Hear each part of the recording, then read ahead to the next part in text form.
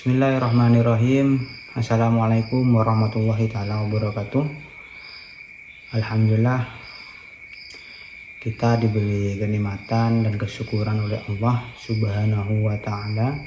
Kami merasa benar-benar syukur dan nikmat atas karunia Allah Subhanahu wa taala. Alhamdulillah kepada junjungan Nabi kita Nabi Muhammad Shallallahu Alaihi Wasallam.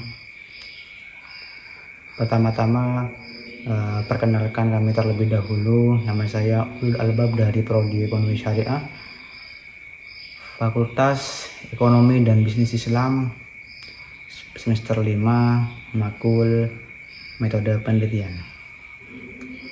Pertama-tama yang kami hormati dan yang kami takdimi pengasuh Pondok Pesantren Zainul Hasan Genggong, yakni Al-Mukarram Kiai Haji Muhammad Hasan Mutawakkil 'ala Allah. Semoga beliau diparingi kesehatan, amin amin ya rabbal alamin.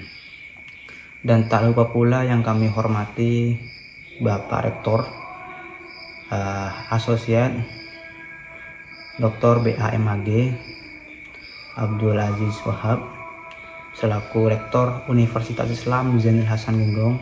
Semoga beliau diberi kesehatan dan dipanjangkan umurnya, amin amin ya rabbal alamin. Dan juga tak lupa yang kami hormati Bapak Dekan Febi, yakni Bapak Nuntufa, dan juga Bapak Kaprodi, yakni Bapak Abdul Ghafur, serta kami tidak lupa yang kami hormati dosen pengampu, yakni Ibu Munifa. Semoga beliau semua yang kami sebutkan dan tidak kami sebutkan, semoga diberi kesehatan, dilancarkan rezekinya, amin amin ya rabbal alamin. Langsung saja untuk menyingkat waktu, kami di sini mau mempresentasikan terkait dengan proposal penelitian kami yang kami buat sebagai uji coba dan bekal untuk semester 7 nanti. Nah, untuk itu judul yang kami angkat yakni analisis faktor-faktor yang mempengaruhi kebijakan investasi pasar saham syariah. Jadi pasar saham syariah lagi booming banget di Indonesia. Kapitalisasi pasarnya udah tembus sampai 7,256 triliun itu pada akhir Oktober tahun 2024, dengan 641 saham syariah yang tercatat di BI, Bursa Efek Indonesia, itu naik sehingga sampai 75,6% dalam 5 tahun sejak pada tahun 2018. Jadi udah meningkat banget ya, terkait dengan yang namanya investasi. Yang namanya juga sekarang kan eranya teknologi, dimana mencari pekerjaan gak harus dengan cara bentuk fisik, melainkan juga bisa melakukan dengan cara main investasi ataupun memanfaatkan teknologi di era yang saat ini.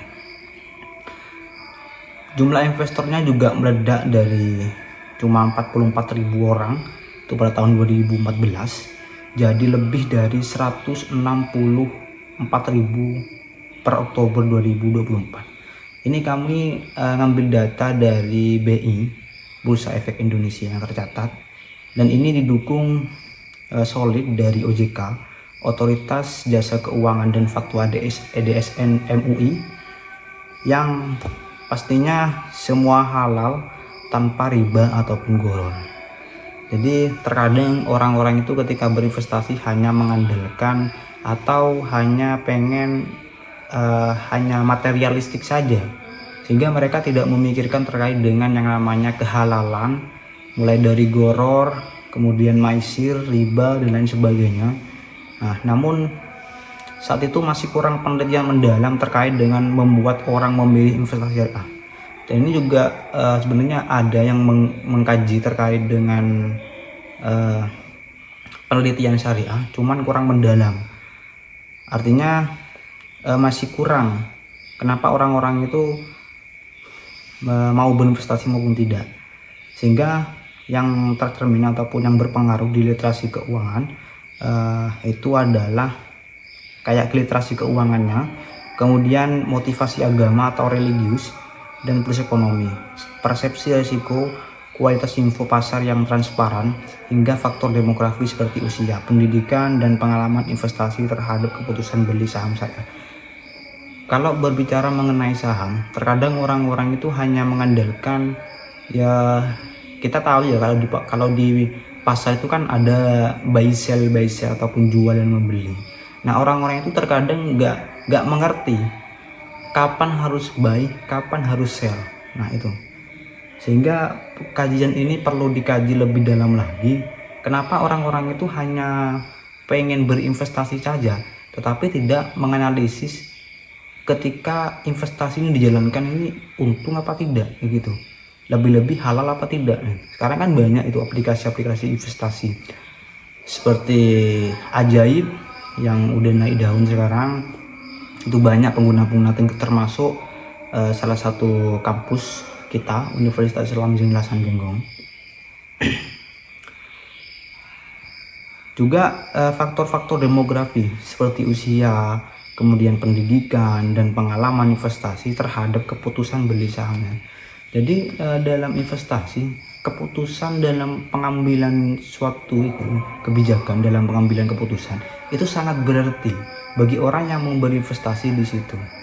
Jadi kembali lagi bahwa investasi itu tidak mudah. Bahkan ada orang yang mengatakan, oh uang cuman investasi, tapi nyatanya apa? Ketika investasi naruh deposit ataupun nabung di situ, menaruh top up ataupun top up minimal 1 juta namanya, itu kadang hangus karena mereka nggak ngerti cara mainnya dari investasi itu, nggak tahu. Sedangkan yang kami pelajari dari Bu Wakiah itu terkait dengan pasar modal itu sangat penting dalam pengambilan suatu kebijakan dalam investasi. Kita harus mengerti dengan yang namanya teknik teknikal, kemudian yang paling penting adalah teknik fundamental yang paling dasar, kemudian juga literasi keuangan. Ini juga pengaruh juga, literasi keuangan dan pengalaman. Itu yang menjadi mengapa orang-orang itu hanya belajar sepenting beli jual, ketika ada grafik warna biru dibeli gitu. Tapi nyatanya nggak semuanya seperti itu, nggak semuanya itu benar gitu. Kalau menurut perspektif ataupun pandangan kita masing-masing. Itu yang menjadi latar belakang kenapa orang-orang itu faktor salah dalam mengambil suatu keputusan yang menjadi penyebabnya. Kemudian untuk bab 2, kami ini mengambil teori dan reviewnya. Nah, kami sendiri pakai teori of limit before ataupun sikap, norma sosial, kontrol diri. Jadi kembali kepada diri kita sendiri, bahwa yang menentukan suatu kebijakan investasi ya diri kita sendiri. Itu kapan kita harus bergerak, kapan kita harus berhenti, kayak gitu.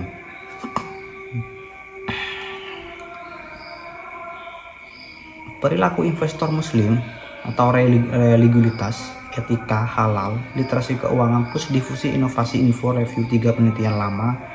Ini kami lansir dari jurnalnya Malik pada tahun 2020. Itu mengatakan bahwa literasi dan risiko penting tapi kurang motivasi. Jadi semuanya penting, tapi ada yang lebih penting lagi, bahwa ada yang bukan yang penting tapi sedikit kurang, bahwa itu namanya motivasi, katanya Malik.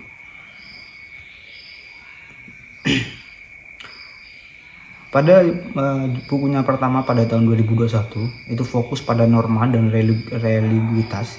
Studi pada tahun 2023 itu soal info akuntansi. GAP-nya belum menggabungkan semua variabel sekaligus. Sampai-sampai penelitian ini adalah celah gitu.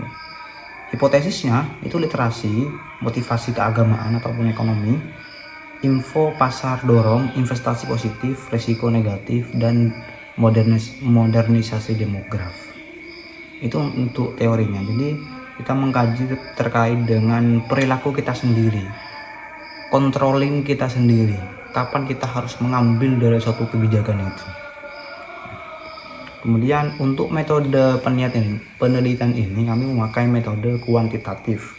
Kami mengambil dari data-data yang ada, lebih-lebih pada data BI atau DSN MUI. Metode ini kuantitatif korelasional, pakai data sekunder dari BI, DES atau ISSI, OJK, dan BI. Periode ini mengambil dari 2020 sampai 2025. Populasinya emiten syariah, sampel 150 sampai 200 perusahaan. Karena kami mencari itu di berbagai internet, mencari referensi dan mengambil data. Itu terdaftar minimal 5 tahun, harus data lengkap. Dan analisis regresi panel Faction efek model ROA atau plus 0, 0214 regulasi syariah itu plus 0.183, dorong investasi dan inflasi hebat.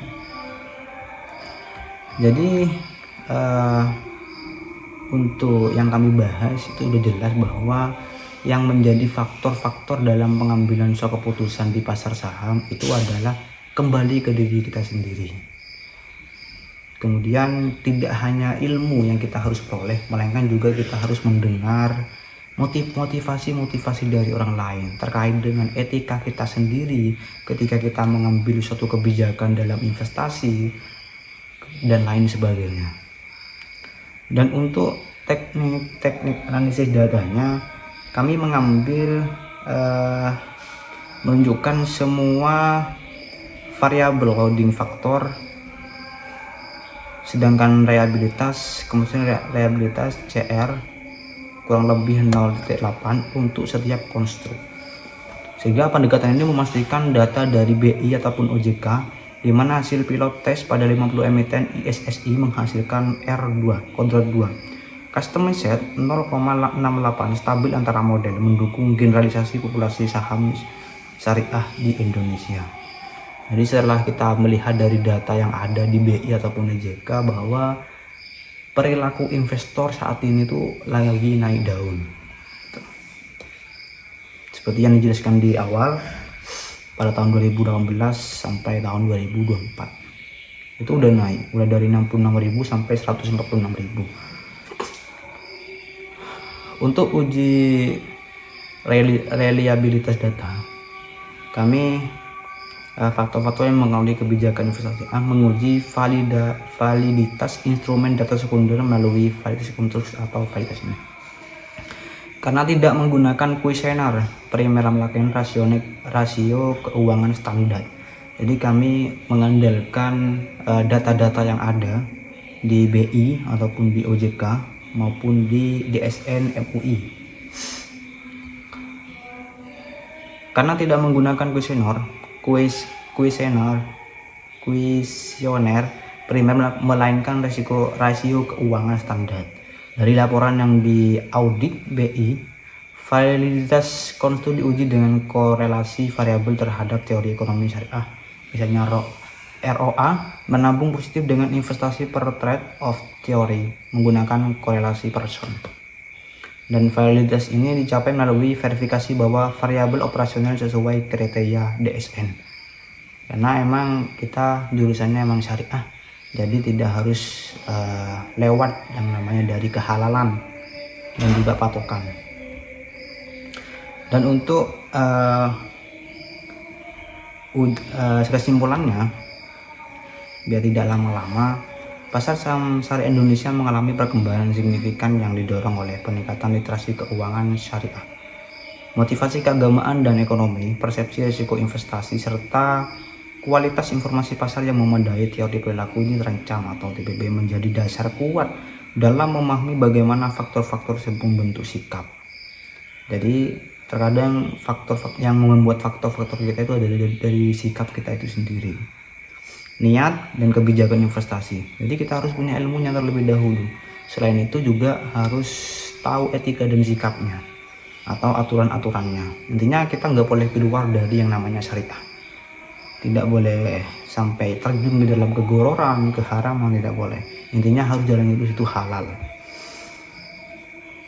Namun penelitian ini mengisi kekosongan dengan mengintegrasikan variabel-variabel tersebut secara simultan dalam model kuantitatif komprehensif atau perbandingan, sehingga memberikan pemahaman yang lebih mendalam dan aplikatif mengenai dinamika investasi di pasar saham syariah di Indonesia.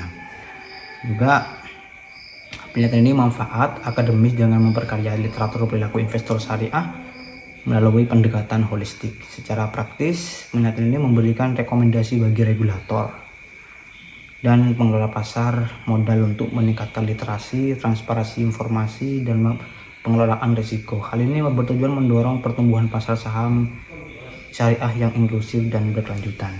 Ya, intinya setelah kami lansir dan kami baca bahwa untuk meningkatkan kualitas para investor untuk berinvestasi di pasar saham untuk usia pendidikan kayak di SMP maupun SMA, bahkan di tingkat sarjana, itu memang harus ada yang membimbing.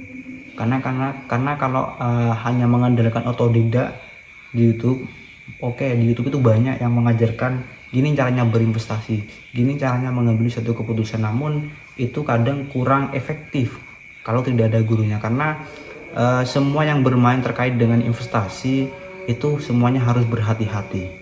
Mulai dari kita itu mau pakai yang investasi yang bagaimana, kemudian itu kita harus mengambil suatu kebijakan yang kayak gimana dan lain sebagainya.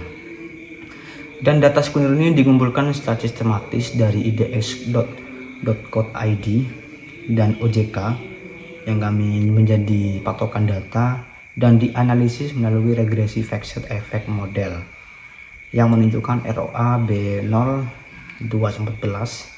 itu berpengaruh positif dominan, sedangkan DER itu 0,156 negatif signifikan, dengan R kuadrat 72,3%. Hal ini menekankan pentingnya penelitian lanjutan yang mendalami variabel terkait sekaligus pengaruhnya secara simultan untuk mendukung perkembangan pasar modal syariah Indonesia sebagai pilar utama ekonomi berkelanjutan dan inklusi berbasis keuangan syariah. Jadi yang paling penting itu adalah kalau kita mau berinvestasi, kita harus mengetahui terlebih dahulu perusahaan-perusahaan mana yang akan diberikan saham. Dan perusahaan-perusahaan itu ya harus emang diuji terlebih dahulu. Maksudnya kita bisa melihat dari literasi keuangannya atau rasio keuangannya. Apakah rasio keuangannya dalam perusahaan ini memang betul-betul baik dalam keuangannya apa tidak. Nah, seandainya kalau tidak, itu akan terjadi ketidakberesan atau dalam mengambil suatu keputusan, sehingga terjadi banyak kesalahan bagi para investor apalagi kayak pemula-pemula yang tidak memahami grafik dari perusahaan itu, seperti rasio keuangannya kayak gimana, sistem organisasinya kayak gimana, bahkan organisasinya di tingkat saham itu kayak gimana. Jadi untuk pemula maupun para pengalaman untuk investor itu memang betul-betul harus berhati-hati. Nah, apalagi kita memang sekarang dunianya era digital. Dan juga tak lupa kepada kita harus tidak boleh keluar dari yang namanya syariat. Sepenting itu halal ya udah kita lakukan. Nah, itu mungkin yang menjadi faktor mulai dari usia, pendidikan, dan pengalaman itu juga sangat berpengaruh. Mungkin cukup itu yang bisa kami sampaikan. Mudah-mudahan apa yang kami sampaikan ini menjadi manfaat dan berarti bagi orang-orang yang mau mendengarkan, meskipun apa yang kami jelaskan dari awal itu banyak kesalahan dan berlepotan, sehingga kami banyak kekurangan atas pembuatan maupun penyampaian. Maka dari itu kami mohon maaf yang sebesar-besarnya bagi para pendengar, apalagi untuk dosen yang mendengarkan dengan teliti. Itu mohon maaf yang besar-besarnya jika ada salah kata maupun tindakan dari kami, bahkan dari segi penampilan kami mohon maaf, ini pakai saya ini gak pakai unja karena jas kami dipakai teman dan di sini gak punya jas lagi. Kurang lebihnya mohon maaf. Wassalamualaikum warahmatullahi taala wabarakatuh.